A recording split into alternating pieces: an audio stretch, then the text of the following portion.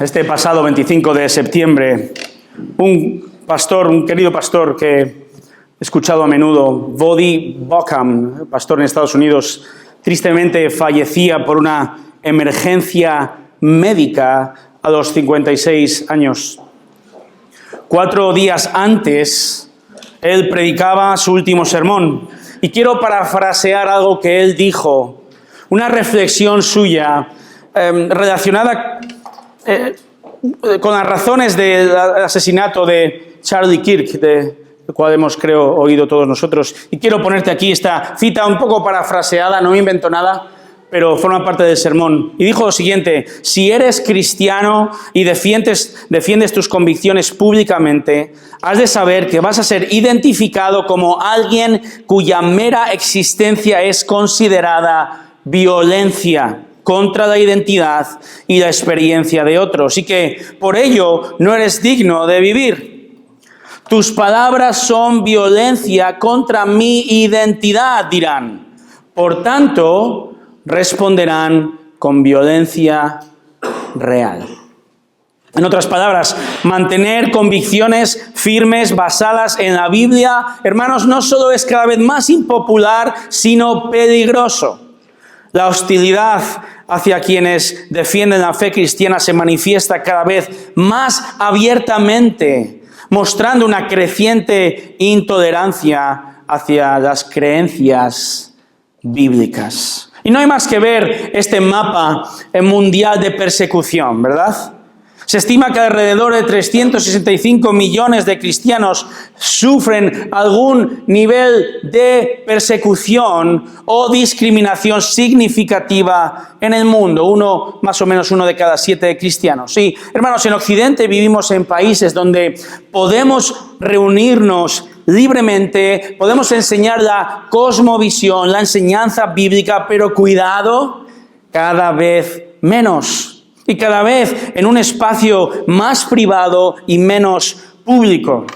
Leyes en España como la ley de Mordaza o el delito de odio, aunque voy a decir con buenas intenciones, creo, comienzan a ser usadas subjetivamente en contra de todo aquello que sea discriminatorio. Una palabra con una interpretación cada vez más subjetiva, ¿verdad? Y cargada de ideología. Y, hermanos, no pretendo ser el típico pastor que es alarmista para probar mi punto, pero esta es la realidad.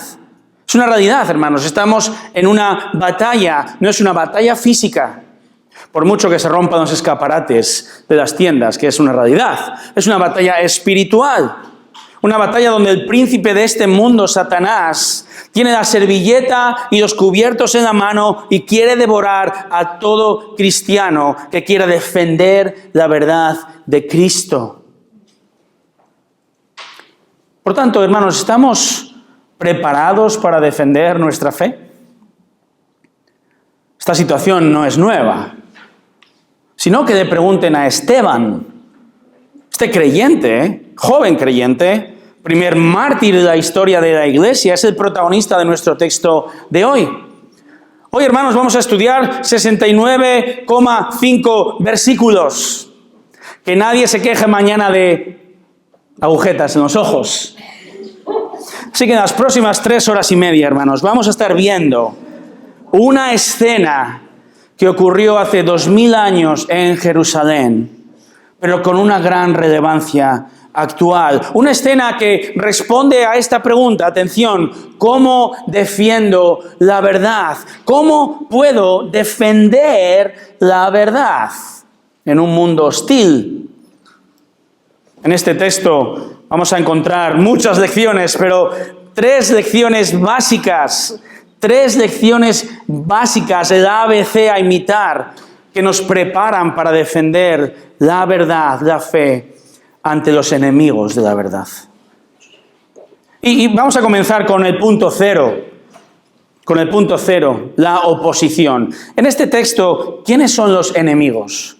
¿Quién es la oposición? Lee conmigo, Hechos 6, 8 al 15. Y Esteban, lleno de gracia y de poder, hacía grandes prodigios y señales entre el pueblo.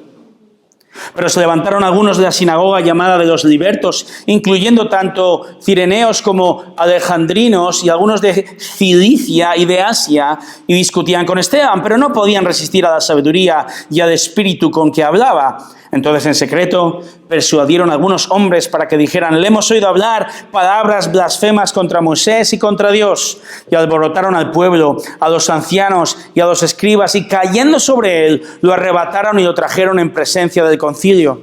Y presentaron testigos falsos que dijeron: este hombre continuamente habla en contra de este lugar santo, el templo, y de la ley. Porque le hemos oído decir que este nazareno, Jesús, destruirá este lugar y cambiará las tradiciones que Moisés nos legó. Al fijar la mirada en él, todos los que estaban sentados en el concilio vieron su rostro como el rostro de un ángel. Hasta aquí. Esteban, veíamos hace 2 semanas, Esteban fue uno de los 7 hombres escogidos para servir a las viudas, ¿recordamos? Esteban es el paradigma de un hombre que crece espiritualmente bajo el liderazgo bíblico de una iglesia, y menudo liderazgo. Los 12 apóstoles, nada menos. Y Esteban muestra un crecimiento tal que se convierte en un destacado miembro. Dice el texto: lleno de gracia y poder. Esto es, por la gracia de Dios se le da poder. Fíjate, aún no apóstol, él no es apóstol, pero Dios en su gracia le da poder de hacer milagros que demuestran la veracidad del texto, del mensaje del Evangelio de Jesucristo. Lucas realmente nos presenta a un profeta del Nuevo Testamento, y como todo profeta, Esteban pronto recibirá gran oposición. Y Esteban no va a recibir oposición por sus milagros, seguro que no lo va a recibir por cuidar de las viudas, no. La oposición va a llegar por decir la verdad, por enseñar las Escrituras. Es decir, haz buenas obras y la sociedad te dejará tranquilo. Incluso te alabará. Pero ten convicciones bíblicas y proclámalas y serás un violento, sin duda. Esto es lo que ocurrió. En nuestro texto, la oposición llega por parte de los religiosos de una sinagoga. Una sinagoga era, vamos a llamarlo así, como una iglesia judía, un lugar de culto. En Jerusalén, en este caso, versículo 9... comenzaron a discutir con él. Obviamente están crispados, están enfadados. Dice el texto que no podían resistir, versículo 10, su sabiduría. No pueden vencer los argumentos que Esteban tiene sobre Cristo como Mesías, sus convicciones del Evangelio. ¿Y cuál es la respuesta? Comienza toda una maquinaria de desacreditación de la verdad. Ir ad hominem, es decir, en contra de la persona de Esteban. Falso testimonio, mentiras, medias verdades, falsas acusaciones, detención ilegal, ser presentado ante el concilio. Versículo 11 dicen: ha blasfemado, ha insultado a Moisés y a Dios. Versículo 13, y en contra de este lugar santo, el templo, y de la ley. Esto, por la ley judía, implicaba la muerte. La blasfemia, si fuera verdad, implicaba muerte. Versículo 14, fíjate lo que dice. Le hemos oído decir, esto son mentiras, que este nazareno, Jesús, destruirá este lugar y cambiará las tradiciones que Moisés nos legó. Momento. Esteban, no te odian a ti, odian a Jesucristo. Este es un problema espiritual. Y hermanos, Jesús sí habló de que si ellos destruían, Jesús estaría apuntando a sí mismo este templo, él mismo, en 3 días lo levantaré, es decir, resucitaré. Juan 12, 19. Jesús efectivamente profetizó de que el templo físico, el templo en este momento, en el primer siglo, el segundo templo sería destruido. El Señor dijo: no quedará piedra sobre piedra, Mateo 24, y 40 años después, mis matemáticas, en el año 70, los romanos entraron en Jerusalén y no dejaron piedra sobre piedra. Pero hermanos, al enemigo de Cristo no le importa la verdad objetiva. Le molesta la evidencia, le molestan los datos, le molesta la objetividad y va a responder con más y más ira y con violencia, como vamos a ver. Al concilio religioso ni siquiera les importa esa transformación facial de Esteban en el versículo 15. Esto implicaría que Esteban tiene un poder sobrenatural detrás de él, cual Moisés en el Éxodo, brillando. No les importa nada. No atienden a la evidencia, a argumentos, a señales, a la verdad, porque la verdad ejerce violencia sobre ellos. El Señor ya dijo esto, ¿verdad? Juan 15:20, si me han perseguido a mí, también a vosotros os perseguirán. Hermano, hermana, si amas la verdad, si proclamas la verdad, tendrás oposición. Prepárate para defender la verdad. Ahora, ¿cómo? Aquí es donde entramos en las 3 lecciones. El ABC de una defensa exitosa ante la oposición. Número 1, primera lección, afirma la verdad precisa. Afirma la verdad precisa. Leamos. Y el sumo sacerdote, segunda parte del versículo 15, dijo, ¿es esto así? Es decir, ¿eres inocente o eres culpable? ¿Y qué va a hacer Esteban? ¿Callar? ¿Va a huir? Bueno, hay momentos en que habrá que hacer esto, hermanos. Hay momentos en que lo sabio es esconderse. Pero este no es uno de esos momentos. Esteban se arremanga y afirma desde la propia historia de Israel la verdad y su error, su pecado. Fíjate la primera lección. Vamos a subdividir el texto un poquito. La primera sección, Esteban va a hablar de Dios con Abraham, versículos 2 al 8. Y él dijo, versículo 2, escuchadme, hermanos y padres. El Dios de gloria apareció a nuestro padre Abraham cuando estaba en Mesopotamia, antes que habitara en Harán. Y le dijo, sal de tu tierra y de tu parentela y ve a la tierra que yo te mostraré. Y entonces él salió de la tierra de los caldeos y se radicó en Harán. Y de allí, después de la muerte de su padre, Dios lo trasladó a esta tierra en la cual vosotros ahora habitáis. No le dio en ella heredad, ni siquiera a la medida de la planta del pie. Y sin embargo, aunque no tenía hijo, Dios prometió que se le daría en posesión a él y a su descendencia después de él. Y Dios dijo así, que sus descendientes serían extranjeros en una tierra extraña y que serían esclavizados y maltratados por 400 años. Pero yo mismo juzgaré a cualquier nación de la cual sean esclavos, dijo Dios, y después de eso saldrán y me servirán en este lugar. Y Dios le dio el pacto de la circuncisión, y así Abraham vino a ser el padre de Isaac, y lo circuncidó al 8º día. E Isaac vino a ser el padre de Jacob, y Jacob de los 12 patriarcas. Esteban escoge con precisión sus palabras. Está usando a un respetado patriarca, Abraham, y les muestra que Dios no está encerrado en ningún templo.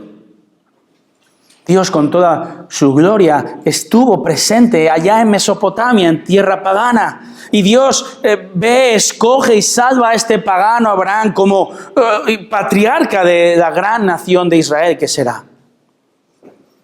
Abraham sale por fe de su tierra, por fe llega a la tierra prometida, aunque como hemos visto, lo único que Abraham poseyó en la tierra prometida en vida fue, vamos a decir, 3 metros por 3, 9 metros cuadrados de su sepulcro. Pero Abraham creyó en la promesa de Dios. Versículo 5. De que esa tierra sería para su descendencia, aun cuando no tenía hijos y no podía tenerlos. Es más, él creyó, aunque versículo 6, el pueblo, Dios le profetizó que pasarían 400 años en Egipto.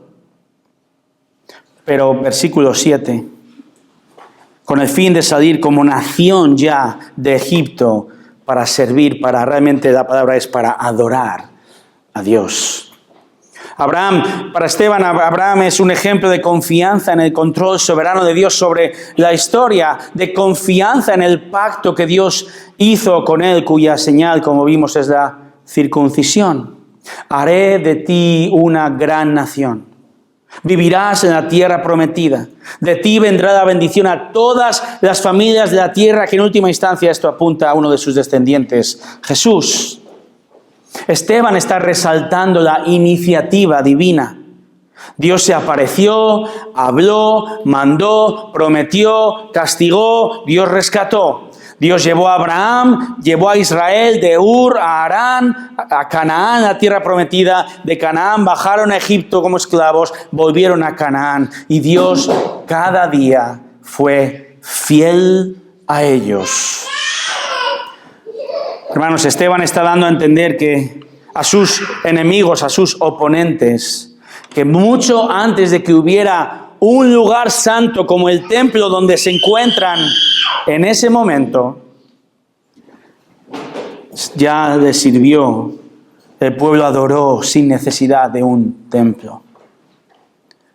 Dios adoró a un Dios que mostró su gloria, su presencia, y es fiel a sus promesas, sea donde sea. Esteban ahora transiciona de Abraham, Isaac, Jacob a los 12 patriarcas, centrándose en José. Veamos por qué. En versículos 9 al 19. Dios y José, o con José. Y los patriarcas, versículo 9, tuvieron envidia de José y lo vendieron para Egipto, pero Dios estaba con él y lo rescató de todas sus aflicciones y le dio gracia y sabiduría delante de Faraón, rey de Egipto. Y éste lo puso por gobernador sobre Egipto y sobre toda su casa. Entonces vino hambre sobre todo Egipto y Canaán, y con ella gran aflicción, y nuestros padres no hallaban alimentos. Pero cuando Jacob supo que había grano en Egipto, envió a nuestros padres allá la primera vez. En la segunda visita, José se dio a conocer a sus hermanos y conoció Faraón el linaje de José. Y José, enviando mensaje, mandó llamar a Jacob su padre y a toda su parentela, en total 75 personas. Y Jacob descendió a Egipto y allí murió él y también nuestros padres. Y de allí fueron trasladados a Siquem y puestos en el sepulcro que por una suma de dinero había comprado Abraham a los hijos de Amor en Siquem. Por cierto, una nota, Siquem, ciudad samaritana. Las promesas de Dios no se centran exclusivamente en Jerusalén. Hechos mostrará que el evangelio ha de llegar a Siquem, a Samaria también. Continuamos, versículo 17. Pero a medida que se acercaba el tiempo de la promesa que Dios había confirmado a Abraham, el pueblo crecía y se multiplicaba en Egipto. Hasta que surgió otro rey en Egipto que no sabía nada de José. Este rey, obrando con astucia contra nuestro pueblo, maltrató a nuestros padres a fin de que expusieran a la muerte a sus niños para que no vivieran. Dios estuvo con Abraham y Dios, versículo 9, está también con José a pesar de las aflicciones. Esteban aquí está enfatizando que Dios había escogido a José para una tarea especial, pero atención, destaca el rechazo, destaca la rebeldía de los patriarcas, de sus hermanos.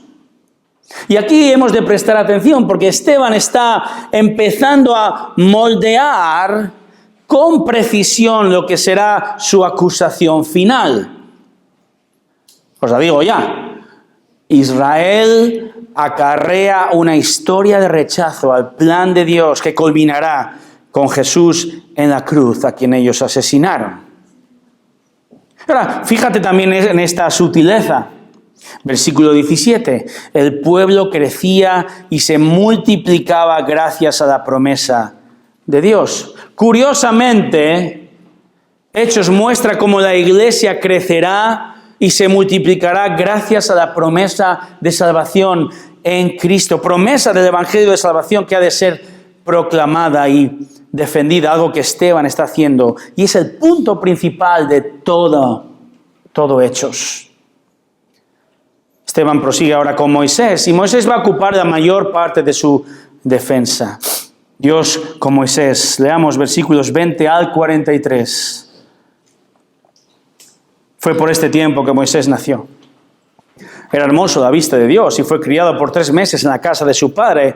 Después de ser abandonado para morir, la hija de Faraón se lo llevó y lo crió como su propio hijo. Y Moisés fue instruido en toda sabiduría de los egipcios y era un hombre poderoso en palabras y en hechos. Pero cuando iba a cumplir la edad de 40 años, sintió en su corazón el deseo de visitar a sus hermanos, los hijos de Israel. Y al ver que uno de ellos era tratado injustamente, lo defendió y vengó al oprimido matando al egipcio.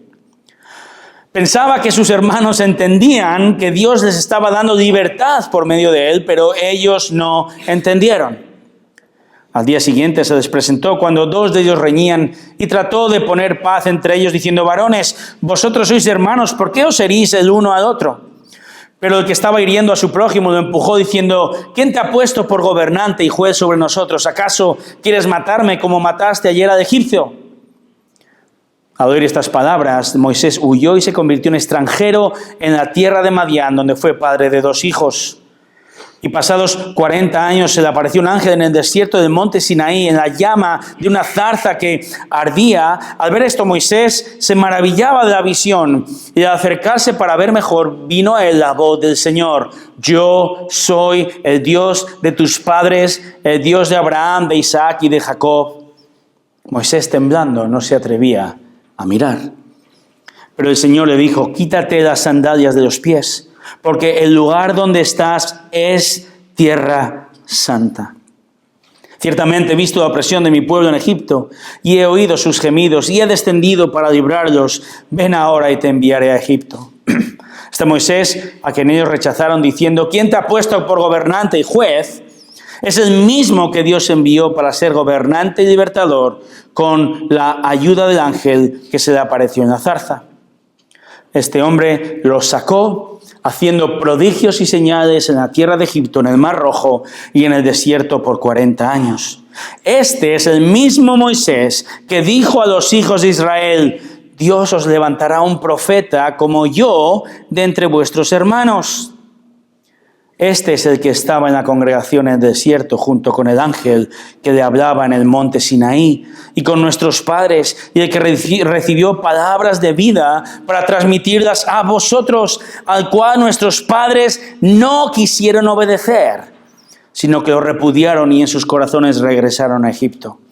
Dijeron a Aarón: haznos dioses que vayan delante de nosotros, porque a este Moisés que nos sacó de la tierra de Egipto no sabemos lo que le haya pasado. En aquellos días hicieron un becerro y ofrecieron sacrificio al ídolo y se regocijaban en las obras de sus manos, pero Dios se apartó de ellos y los entregó para que sirvieran al ejército del cielo, como está escrito en el libro de los profetas. ¿Acaso fue a mí a quien ofrecisteis víctimas y sacrificios en el desierto por 40 años, casa de Israel? También llevasteis el tabernáculo de Moloc y la estrella del dios Rentán, las imágenes que hicisteis para adorarlas. Yo también os deportaré más allá de Babilonia. Dios estuvo con Moisés. Moisés, versículo 20, era hermoso a la vista de Dios. Esteban se está defendiendo de la acusación de blasfemia contra Moisés. Él está mostrando un profundo respeto a Moisés y a la ley dada a Moisés en el monte Sinaí. Ahora, mucho que decir aquí, pero un par de observaciones. Moisés, versículo 24, defendió al israelita matando al egipcio. Y versículo 25, fíjate, pensaba Moisés que sus hermanos entendían que Dios les estaba dando libertad por medio de él, pero ellos no entendieron. Versículo 27, los israelitas no le reconocieron como líder. Es más, versículo 35, Esteban dice que lo rechazaron. Aquel a quien Dios mismo se aparece en la zarza ardiendo y le envía de vuelta a Egipto. Por cierto, dirá Esteban, versículo 33, el Señor le dijo: quítate las sandalias de los pies, porque el lugar donde estás es tierra santa. Esteban muestra de nuevo que Dios es quien hace la tierra santa. Y esto puede ser en cualquier lugar. El templo es útil, pero Dios puede ser adorado en cualquier lugar. Incluso en Madián, donde Moisés huyó guiado por Dios para prepararle para el éxodo. A pesar del rechazo, versículo 36, Esteban dice que Moisés los sacó haciendo ¿qué? ¿Qué dice el texto? Versículo 36. Prodigios y milagros, señales. Qué curioso. La misma expresión usada en el capítulo 6, versículo 8, para Esteban. Lo mismo que Jesús hizo en su ministerio en esta tierra. Un Jesús al que, por cierto, Esteban, ¿conoces el cuento de Pulgarcito? Esteban va dejando sutilezas, miguitas en el camino. Versículo 36, Moisés habla de un profeta futuro. Ese profeta es Jesucristo. Esteban está defendiéndose con precisión de todas las acusaciones a la vez. Esteban, fíjate, da a entender que Dios puede ser adorado en el templo y fuera del templo. Esteban está honrando a Moisés, está honrando la ley. Versículo 38, Moisés estuvo ante Yahvé y recibió palabras de vida. Al mismo tiempo, Esteban enfatiza la histórica rebeldía del pueblo. Versículo 39, vuestros padres no quisieron obedecer ni a Moisés ni a la ley de Dios, sino que adoraron ídolos, apostataron el famoso becerro de oro en el versículo 41. ¿Y qué hace Dios? Lo peor, les deja ir. Les deja ir. Trae juicio permitiéndoles pecar. Permitiendo que ofrezcan sus hijos en sacrificio al ídolo Moloc, permitiendo que adoren al sol egipcio. La consecuencia, versículo 43, la conocemos todos. Dios castiga a Israel. Exilio. Los asirios, los babilonios. Dios no va a permitir la rebelión, no va a permitir la idolatría, pues es desobediencia contra su ley santa. Esteban prosigue y nos encontramos ahora a Dios en el tabernáculo y en el templo. Versículos 44 al 50. Nuestros padres tuvieron el tabernáculo de testimonio en el desierto, tal como le había ordenado que lo hicieran el que habló a Moisés conforme al modelo que había visto. A su vez, habiéndolo recibido, nuestros padres lo introdujeron con Josué al tomar posesión de las naciones que Dios arrojó de delante de nuestros padres hasta los días de David. Y David halló gracia delante de Dios y pidió el favor de hallar una morada para el Dios de Jacob. Pero fue Salomón, su hijo, fue él quien le dedicó una casa. Sin embargo, el Altísimo no habita en casas hechas por manos de hombres, como dice el profeta. El cielo es mi trono y la tierra es el estrado de mis pies. ¿Qué casa me edificaréis? Dice el Señor. ¿O cuál es el lugar de mi reposo? ¿No fue mi mano la que hizo todas estas cosas? Esteban está terminando su precisa defensa desde el Antiguo Testamento ante las falsas acusaciones. ¿Cómo? Argumenta, versículo 44, primero, que el tabernáculo, recordamos esa especie de tienda de campaña portátil que Israel llevaba por el desierto para adorar al Señor, y aún la usó en la tierra prometida, y más tarde en la construcción del templo. Ambos son ordenados por Dios. Esteban no está menospreciando el tabernáculo y el templo. Él dice, fueron dados por Dios para mostrar su gloria, para mostrar su presencia, para que el epicentro de adoración mundial se centre en estos lugares en ese momento. Pero Dios, versículos 48 y 49, Dios al ser espíritu no vive en ningún lugar específico. Un templo, una casa, un edificio, hermanos, no es la casa de Dios, sino que es un instrumento donde el pueblo de Dios adora. Dios es infinito, Dios es omnipresente, el cielo es su trono, la tierra es su estrado. Dios no puede ser contenido en ningún lugar, y eso lo sabía Esteban. Y eso lo sabemos nosotros, espero. Sabemos que este hotel es un buen lugar. Podemos venir y adorar de aquí juntos. Mi salón no es tan grande. Y en Santiago llueve demasiado para hacerlo fuera. Un local, un edificio, no los menospreciamos, estamos buscando uno. Pero en un sentido, la tierra santa es todo lugar porque Dios está en todo lugar. Y podemos estar aquí y le adoramos, podemos hacerlo en la calle, podemos hacerlo en plena naturaleza, incluso conduciendo nuestro automóvil. ¿Quién nos lo iba a decir? Somos templos vivientes de la adoración a nuestro Dios. Esteban ha resumido con precisión 2000 años de historia para acusar a sus enemigos de la verdad, los enemigos de la verdad. Y les está diciendo, realmente quien está blasfemando contra Dios, Moisés, la ley y el templo no soy yo, sois vosotros. Vosotros sois el eco. Sois la viva repetición del rechazo de Israel para con los líderes enviados. Sois rebeldes contra el Dios al que decís que adoráis. Sois rebeldes contra el plan de Dios de mostrar su gloria a las naciones por medio de su Hijo Jesucristo y del Evangelio de Jesucristo. Sois rebeldes ante la verdad. Esteban ha afirmado la verdad bíblica con suma precisión, con una precisión digna del mejor francotirador espiritual y que hemos de imitar.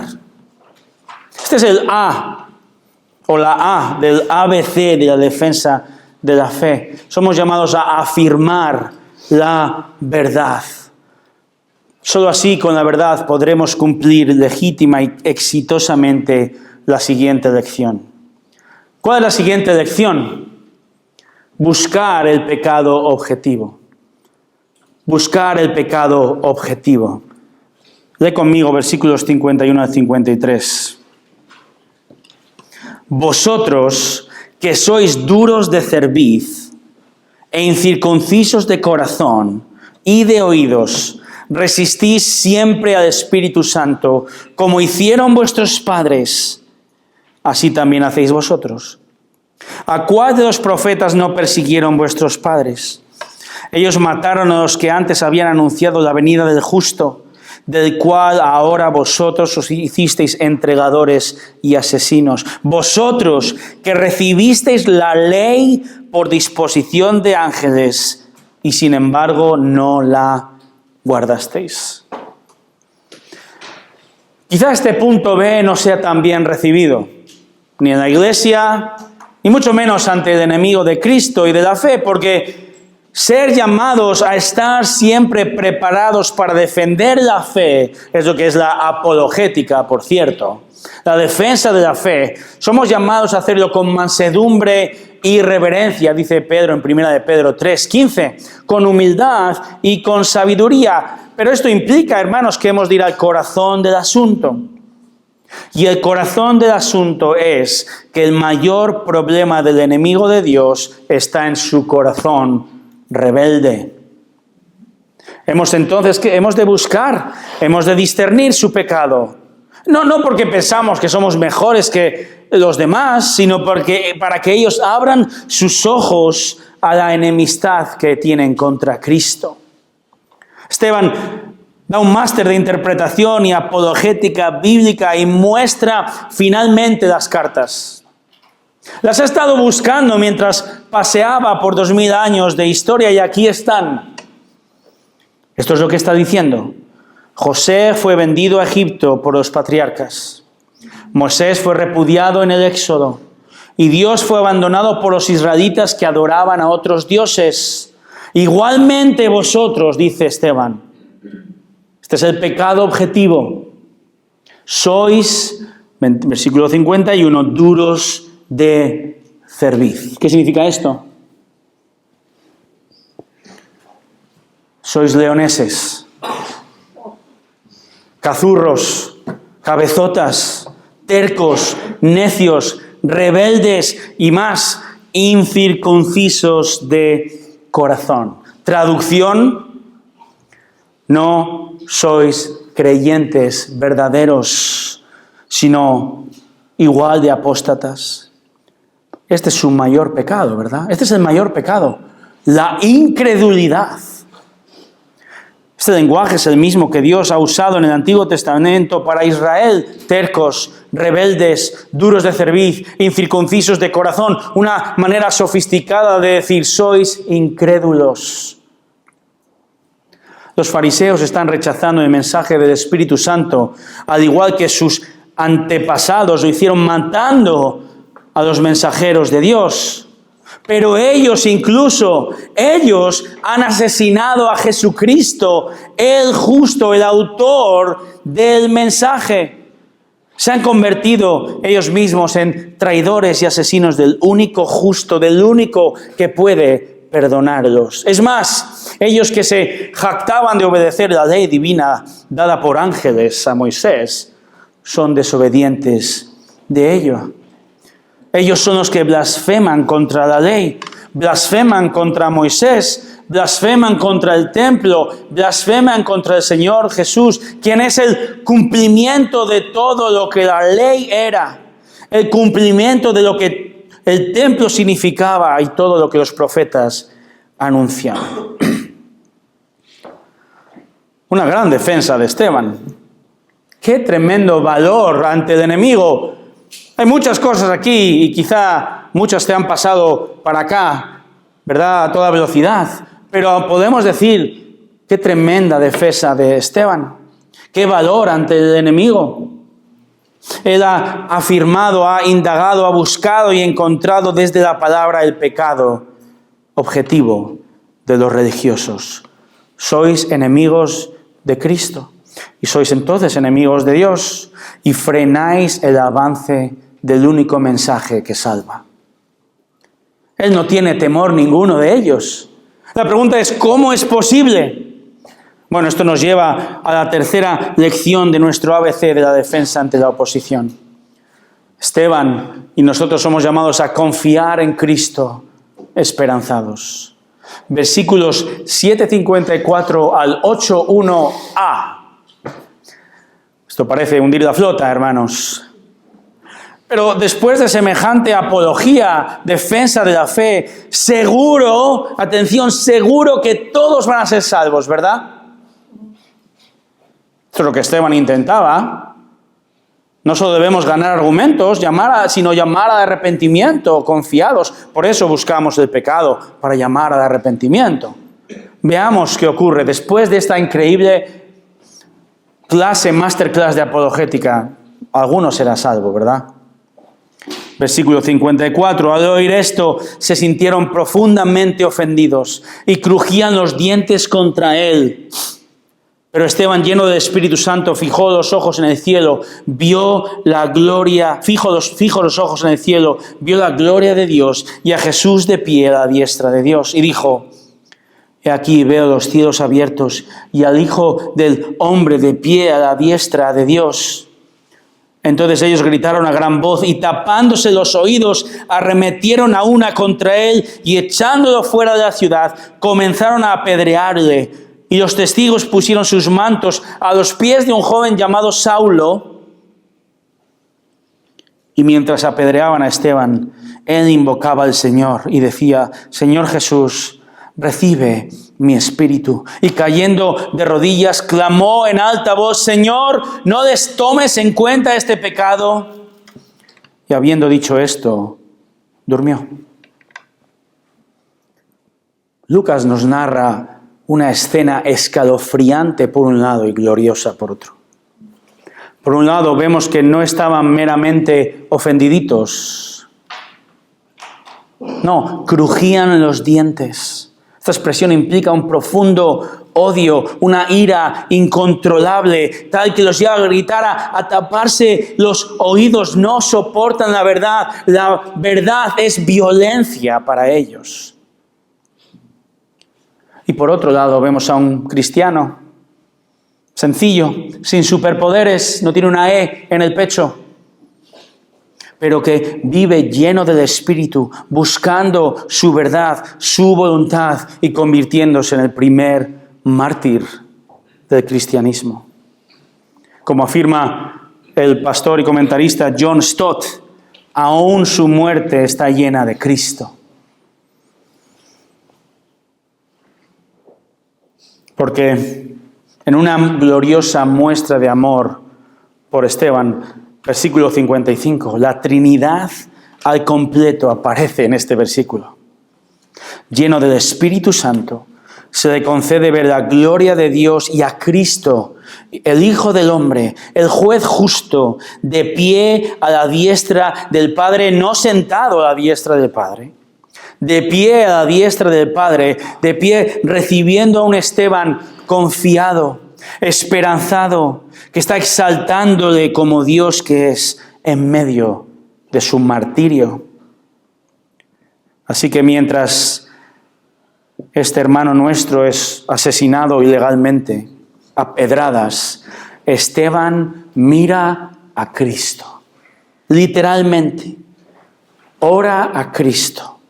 Adora a Cristo, confía en Cristo. Mientras expresa las palabras similares que Cristo dijo en la cruz, versículo 60, no les tomes en cuenta este pecado. Sus últimas palabras son una oración de perdón por sus asesinos, y el Señor lo recibe para darle la corona de la vida. Otra sutileza. Esteban significa corona. Si esto no es confianza en Cristo, hermanos, no sé qué es. ¿Lo vemos? Confianza no es que todo va a salir como pensamos. Confianza no es que todos van a ser salvos, porque, al menos aquí, no lo han sido. Confianza es la esperanza absoluta de que Cristo es soberano sobre el resultado. Iglesia, aquí hay demasiadas cosas en las que pensar. Mucho que decir. Permitidme dos aplicaciones. Dos de las muchas que confío que el Espíritu te ayude a llevar a cabo. Pero quiero que primero examinemos nuestro corazón. Examina tu corazón. Y te quiero pedir primero que si no eres creyente, examina tu corazón.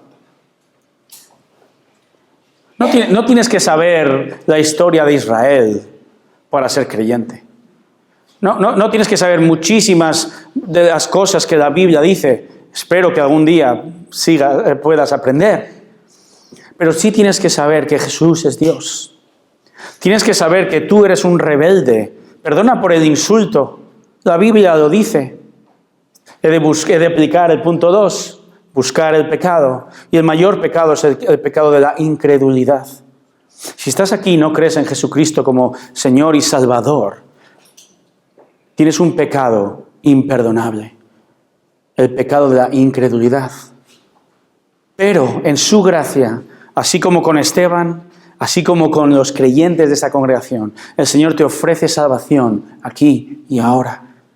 Cree en Jesucristo, el Hijo de Dios, que vino a esta tierra a vivir de manera perfecta y murió cruelmente asesinado en una cruz. Pero este era el plan de Dios. El plan de Dios para sustituirte a ti por Cristo en aquella cruz y recibir la ira de Dios que tú y yo merecemos, eterna. Porque nuestro pecado, nuestra ofensa es eterna, es infinita. Y Dios cargó con ello en la cruz. Y si tú crees esto hoy, la Biblia dice que puedes ser salvo, eres salvo. Así que examina tu corazón. Escucha el llamado de Cristo al arrepentimiento. Y para nosotros, hermanos, no quiero llamaros fariseos, ni espero que me apedreéis. Pero este texto debemos aplicarlo primeramente como un llamado a cada uno de nosotros, como creyentes, a hacernos dos preguntas. Las tengo aquí incluso, te estoy ayudando. Piensa en qué áreas no estoy siendo dócil a la palabra de Dios. Porque es fácil ver a los fariseos, sus ángulos muertos, su pecado, correcto, pero ¿y tú qué? ¿Y yo qué? Confío en que si eres miembro de la Iglesia Bíblica de Santiago, vas a estar expuesto a la palabra de Dios. Amén. Pero ¿qué áreas de tu vida las tienes en stand-by, en pausa? ¿En qué partes de tu carácter te tapas los oídos? Quizá en las relaciones, finanzas, en tu teología, en tu filosofía de ver las cosas ministeriales, quizá en amistades, en hobbies, en entretenimiento, en matrimonio, en la educación de tus hijos, en los estudios, en tentaciones, en la administración del tiempo, en tu lengua. ¿Qué áreas no estás permitiendo, siendo dócil, enseñable, permitiendo la obra del Espíritu en tu vida? ¿No es cierto que, aunque en esta iglesia queremos estar expuestos a la palabra, hay áreas donde en nuestra inmadurez o rebeldía no permitimos ser cambiados? Examina tu corazón y mientras lo haces, más deberes, piensa en esta otra pregunta. Ve, ¿por qué no estoy mejor preparado? ¿Por qué? ¿Por qué no estoy mejor preparado tanto en conocimiento como en carácter piadoso? Esteban es el resultado del ministerio de su iglesia. Aquí no hay apóstoles. Aquí, ahora mismo. Y el Espíritu Santo se manifestó en el primer siglo de una manera extraordinaria, pero me temo que aunque vivimos en el momento de la historia con mayor acceso, más recursos, con diferencia, me temo que la iglesia quizá esté, no sé si menos preparada, pero creo que sí más complaciente, erróneamente satisfecha, resignada y cómoda. Y he de decir que con una tasa de analfabetismo teológico y de carácter piadoso alarmante, y aquí sí que soy un poquito más alarmista. Examina tu corazón y hagámonos preguntas difíciles, como ¿por qué no estoy más preparado para defender mi fe? ¿Soy acaso perezoso en mi crecimiento? ¿Soy acaso negligente y no me gusta pensar? ¿Es el arte perdido de pensar? ¿Estoy convencido de lo que creo? ¿Estoy convencido de lo que cree mi iglesia? Quizá debes ir a www.ibsantiago.com/qué creemos y pasar una semana estudiando qué es lo que creemos y ver si tú lo crees. Por algún lugar empezamos. Examina tu corazón para entonces, sí. Segunda aplicación, prepárate. Prepárate. La actitud primero, la preparación después. Prepárate para presentar defensa de tu fe. Esteban no tenía un pinganillo, no tenía notas. Esteban era un cristiano normal, formado en su iglesia, dócil al Espíritu Santo y estaba preparado. Y vemos a Esteban y vemos a grandes pastores, evangelistas, apologistas de la fe. Nos vemos a nosotros y uno piensa, ¿y yo de qué diantres puedo convencer a nadie? La palabra no te llama a tener un máster en apologética. No te manda a ir al seminario a aprender cómo evangelizar y aprender la palabra. Pero la palabra demanda que afirmemos la verdad. Con más o menos destreza, pero con precisión. Pedro dijo esto a hermanos en la fe. No a los pastores, a todos los hermanos en 1 Pedro 3:15. Hemos de tener precisión. Entonces empieza de nuevo por entender. Quizá vete a 1 Corintios 15, vete al Evangelio. Cristo murió por nuestros pecados, fue sepultado y resucitó como dicen las Escrituras. Empecemos por ahí. Dice un autor, como creyentes debemos entender lo que creemos. Debemos pensar por qué somos cristianos y así poder articular nuestras creencias con humildad y prudencia, de una manera comprensible, razonable y bíblica. Hermano, hermana, estamos en una guerra espiritual. No luchamos contra carne ni sangre, sino contra los enemigos espirituales de Dios. ¿O qué pensamos que está ocurriendo estos días ahí fuera en la calle? Detrás de persecución física, de muertes, de leyes que restringen la libertad religiosa, hay una feroz batalla espiritual entre la verdad de Dios y la mentira de Satanás. Y has de estar preparado. Has de afirmar la verdad con precisión.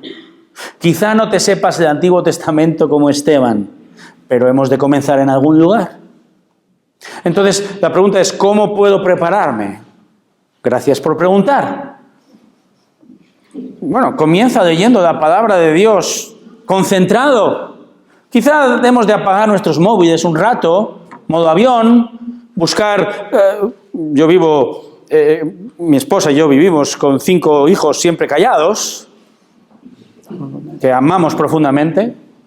A veces hay que buscar un lugar o una hora del día donde podamos concentrarnos. Comienza leyendo la palabra con concentración. Usa una buena Biblia de estudio. Ven a preguntar. Aprovecha los discipulados, los estudios que se te ofrecen. Haz preguntas. Solo así te prepararás y crecerás en convicción y precisión para poder defender tu fe. Solo así buscarás y encontrarás con objetividad el problema de raíz, el pecado del enemigo. Y eso sí, confiamos en Cristo esperanzados, ¿verdad? ¿Quién sabe qué puede ocurrir si nos atrevemos a defender la fe ante el enemigo de Dios? ¿Quién sabe? ¿Quién sabe lo que tus palabras hoy o han hecho en el pasado en el corazón de un enemigo de la fe? ¿Quién sabe qué harán con tu hijo, tu esposo, tu amigo, ese desconocido mañana, aunque te respondan incluso con violencia, aunque sufras hoy? No sé si te has dado cuenta, pero me he dejado el versículo 1 del capítulo 8 para el final, 8:1a. Porque Lucas magistralmente menciona a Saulo 2 veces en nuestro texto. Versículo 58, dejaban los mantos a los pies de un joven llamado Saulo. Bienvenido, Saulo. Versículo 8:1. Y Saulo estaba de completo acuerdo con ellos en su muerte. Me preguntaba, ¿qué habrá pensado Esteban al ver a Saulo en el cielo y que Saulo le diga: yo estuve allí. Yo fui el peor de los enemigos, pero Cristo me salvó y me usó para ser instrumento de salvación a judíos y sujétate, Esteban, a gentiles de todo el mundo.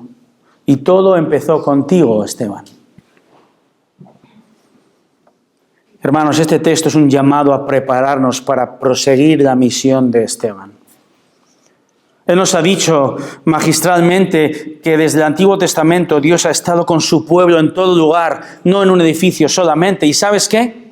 Hoy Jesús sigue dispuesto a acompañarnos, a nosotros, a donde quiera que vayamos. Yo estoy con vosotros todos los días hasta el fin. Este texto nos tiene que dar seguridad para nuestra misión.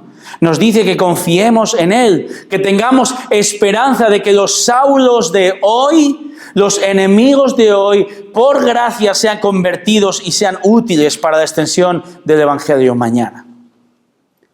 Lucas está usando el discurso de Esteban como base histórica y teológica que justifica y demuestra la expansión del Evangelio en hechos hasta lo último de la tierra. Y nosotros hoy tomamos ese testigo y nos preguntamos: ¿estoy dispuesto a defender y proclamar la verdad?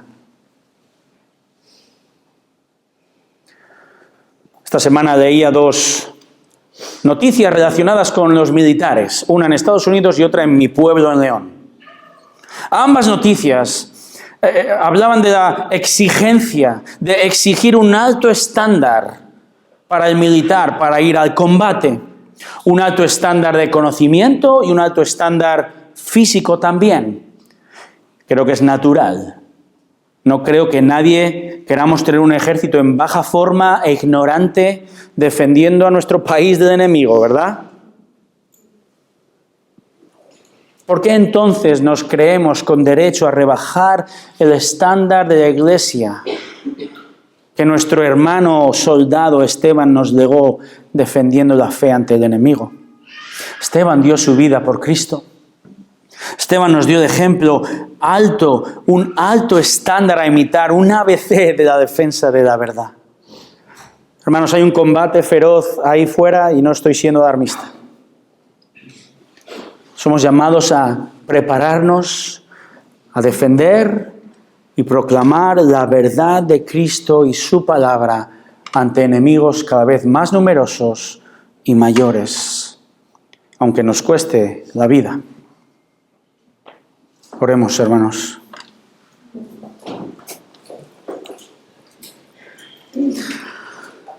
Padre, mi oración esta semana y ahora mismo es que esto no sean palabras vanas, que caiga en saco roto. Y lo digo por mí.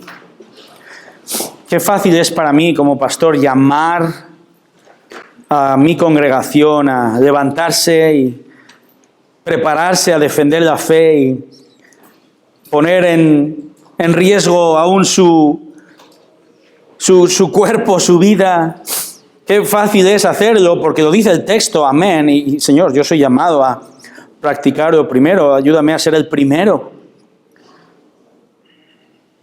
Señor, a ser el primero, a acudir a tu palabra y estudiándola con precisión para saber cómo defender la fe. Ayúdame a buscar la realidad del pecado de mi oponente, del enemigo tuyo, Dios, y ayúdame a tener sabiduría para apuntar a su pecado, que en última instancia es el pecado de incredulidad. Y ayúdame a confiar, ayúdanos a confiar en el resultado. Que quizá no veamos como el de Esteban, pero que tú, Señor, te vales de una iglesia militante que proclama la verdad y confía, ha de confiar en ti con esperanza de que tú hagas tu obra de salvación a pesar de la respuesta en aquel momento. ¿Cuántos no habrán sido salvos y no serán salvos? Aunque comenzaron rechazando vehementemente tu palabra. No somos llamados a ser amigos, sino discípulos. Señor, y te pedimos denuedo y ánimo para hacer esto. Oh Señor, ayúdanos a trabajar hoy, crecer en nuestra relación contigo, nuestro amor por ti, nuestra dedicación y devoción, nuestro conocimiento de ti, y en el poder del Espíritu Santo, ser instrumentos útiles para la extensión de tu Evangelio. Te pedimos, te rogamos, en el nombre de Jesús. Amén.